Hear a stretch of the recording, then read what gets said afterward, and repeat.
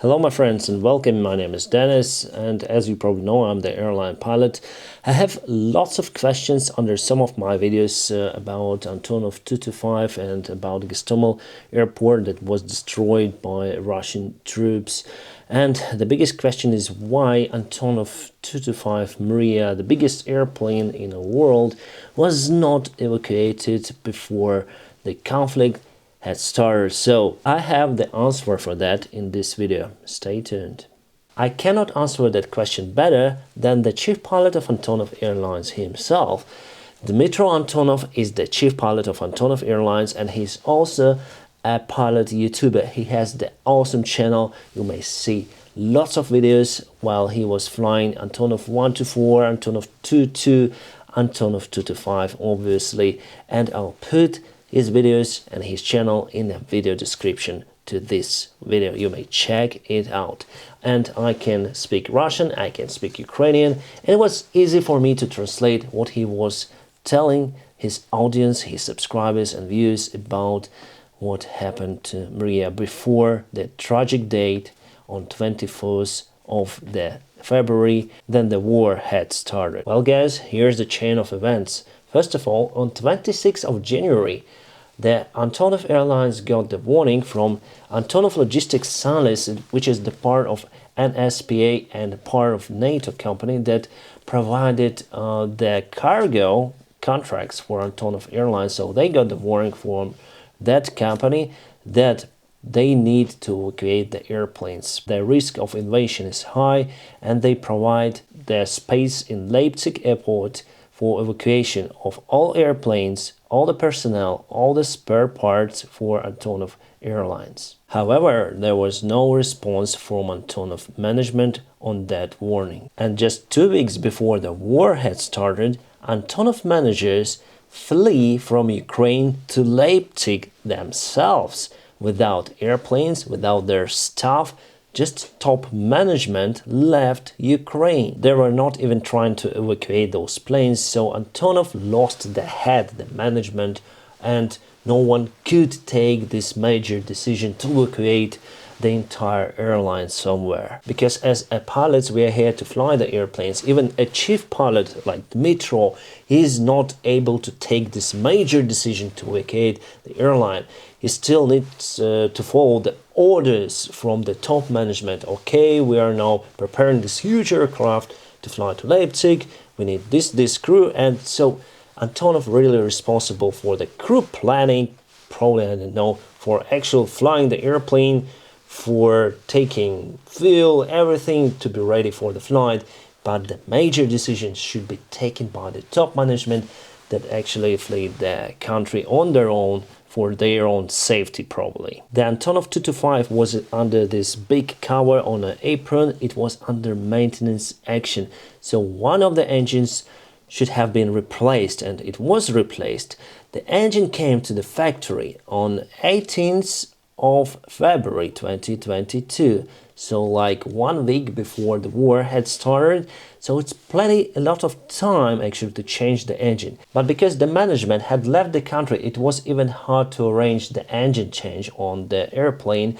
But nevertheless, on 23rd of February at 22:00 local time, so 7 hours before the war had started, the airplane was fully ready to fly. The crew was there, available, everything was okay with this airplane to fly.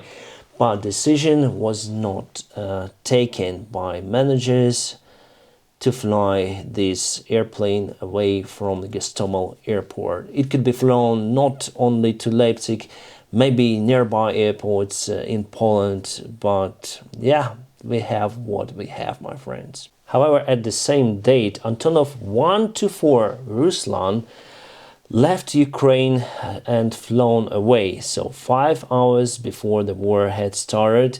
But that airplane was not evacuated, it flown its regular contract, so they were not ready to evacuate those planes. And Antonov-124 was really lucky to fly on its contract, because we might have lost it as well. In general, you might have seen Antonov-225 destroyed under this cover on the apron, and just in front we have big hunger for Ruslans as well. So there is Ruslan airplane, Antonov-124.